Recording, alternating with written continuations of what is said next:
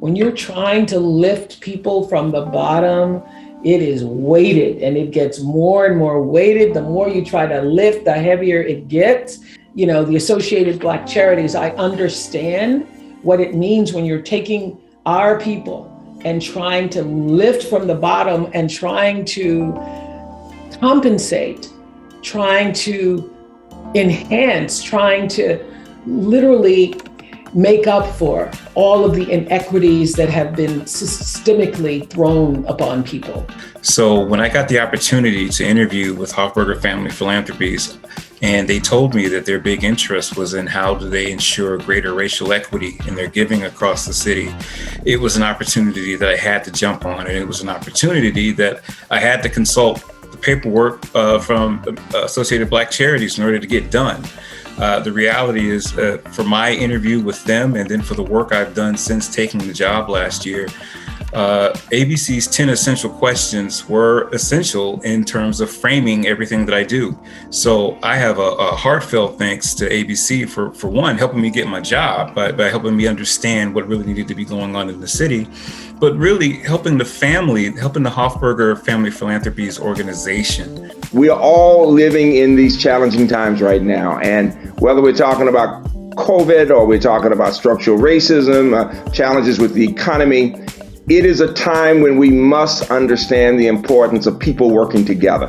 ABC is an organization led by an incredible leader with a lot of incredible staff members who focus on issues of equity.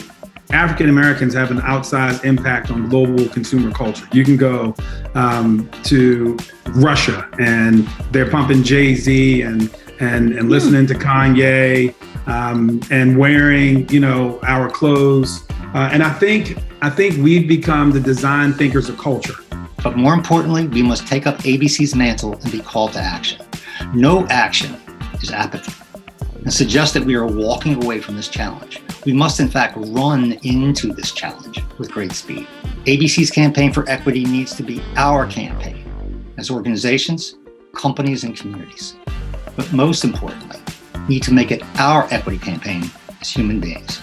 And if you have, just don't use us as a token, don't use us as a trophy. And as Dr. Durant and Miss Freeman said, don't just have our voice not be heard and yay, we're in the room, but you're not letting us talk and share our expertise and our perspectives and how we can help broaden the organization as a whole. To the separate but related question about is it possible for business schools to be anti-racist, I'm going to say no, not in its current structure. We have decided that we're going to elevate business. We're going to protect property. We're going to segregate people, but not everyone gets to be counted as the we when we say we the people in America. But we wanted to make sure that we reached out to our community and provided information so that you're armed with the facts to be able to make decisions for yourself as you contemplate the vaccine. This is tough work, talking about changing systems and talking about doing something dismantling structural racism. That is the only way we're going to change the outcome for Black workers. We've heard a lot about structural racism this past year. It relates to our criminal justice system. It relates to all systems that make up this country. And this is one of those systems that we're very focused on changing.